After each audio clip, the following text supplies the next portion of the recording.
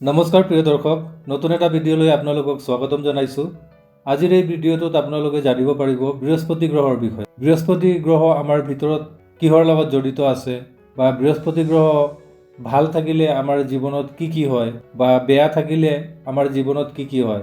লগতে এইটোও জানিব পাৰিব বৃহস্পতি গ্ৰহক কেনেকৈ আমি ষ্ট্ৰং কৰিব পাৰি, এইবোৰ ডিটেইলছ জানিব। চাওক, বৃহস্পতি মানে হৈছে গুৰু গ্ৰহ। বৃহস্পতি হৈছে ভাগ্য, ধৰ্ম, জ্ঞান আৰু আশীৰ্বাদৰ গ্ৰহ। বৃহস্পতি গ্ৰহ শক্তিশালী থাকিলে জীৱনত অদৃশ্য এটা সহায় পাই থকা যেন লাগে। জীৱনত কেতিয়াও কিবা বিপদ নাহে, কোনো সমস্যায়ো দেখা নিদিয়ে। বৃহস্পতি শক্তিশালী থাকিলে গুৰুৰ কৃপা আমাৰ লগত থাকে। জীৱনত সঠিক সিদ্ধান্ত থাকে, যিয়েই সিদ্ধান্ত ল'ব সঠিক সিদ্ধান্ত হ'ব, ভুল নহয়। আৰু ধন সম্পত্তিৰো অভাৱ নাথাকে। চবে মান সন্মানো দিয়ে আৰু পৰিয়ালতো সুখ শান্তি থাকে। মানে বৃহস্পতি ঠিক মানে চব ঠিক।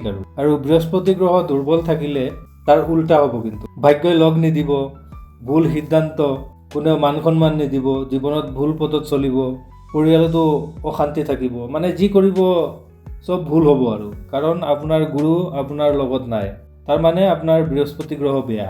এতিয়া কথাটো হ'ল, বৃহস্পতি গ্ৰহৰ দুখ থাকিলে কি কৰিব লাগে যাতে বৃহস্পতি গ্ৰহ ভাল হয় বা গুৰুৰ কৃপা আমি অৰ্জন কৰিব পাৰি। চাওক, গুৰুৰ কৃপা আমাৰ অন্তৰাত্মাৰ পৰাই ওলাই আহে। কিন্তু এতিয়া সেইটো জানিবলৈ হ'লে আগতে আলোচনা কৰা ভিডিঅ'বোৰত যাব লাগিব। সেইকাৰণে কৈছোঁ মই, আগতে সেই ভিডিঅ'বোৰ চাই ল'ব। আকৌ কৈ দিছোঁ মই, শুনক।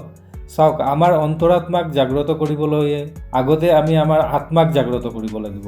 আৰু আমাৰ আত্মাৰ লগত জড়িত কোন আছে? সূৰ্যদেৱ। সেইকাৰণে সূৰ্যদেৱক আগত সন্তুষ্ট কৰিব লাগিব। আমাৰ মনো পবিত্ৰ কৰিব লাগিব। আৰু আমাৰ মন পবিত্ৰ কৰিবলৈ চন্দ্ৰদেৱক সন্তুষ্ট কৰিব লাগিব, মংগলদেৱকো সন্তুষ্ট কৰিব লাগিব। আৰু সেইবোৰ আগৰ ভিডিঅ'বোৰত কোৱা আছে, চাই ল'ব আপোনালোকে।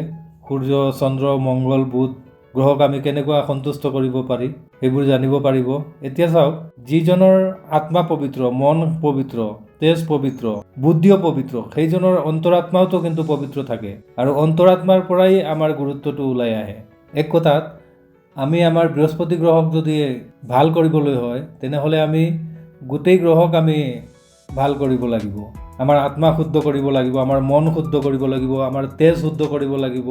আৰু সেইবোৰৰ পৰা আমাৰ বুদ্ধিটো ভাল হয়। আৰু যাৰ ভিতৰত এই গুণকেইটা থাকিব, তেওঁৰ অন্তৰাত্মাও কিন্তু পবিত্ৰ হ'ব। আৰু তাৰ পৰাই গুৰুত্বটো ওলাই আহে। তো আশা কৰোঁ আপোনালোকে বুজি পাইছে বৃহস্পতি গ্ৰহক ষ্ট্ৰং কৰাৰ উপায়বোৰ।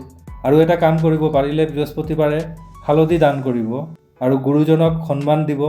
আৰু যদি পাৰে তেনেহ'লে বিষ্ণু পূজা দিব একবাৰ। তেতিয়া চাব আপোনাৰ বৃহস্পতি গ্ৰহ ষ্ট্ৰং হ'ব আৰু ভাগ্যও ভাল হ'ব। আৰু কি ক'ম, আজিৰ ভিডিঅ'ত ইমানেই।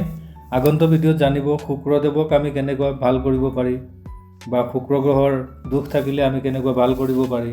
তেতিয়ালৈকে সুখী থাকক, সুস্থ থাকক। জয় আই অসম।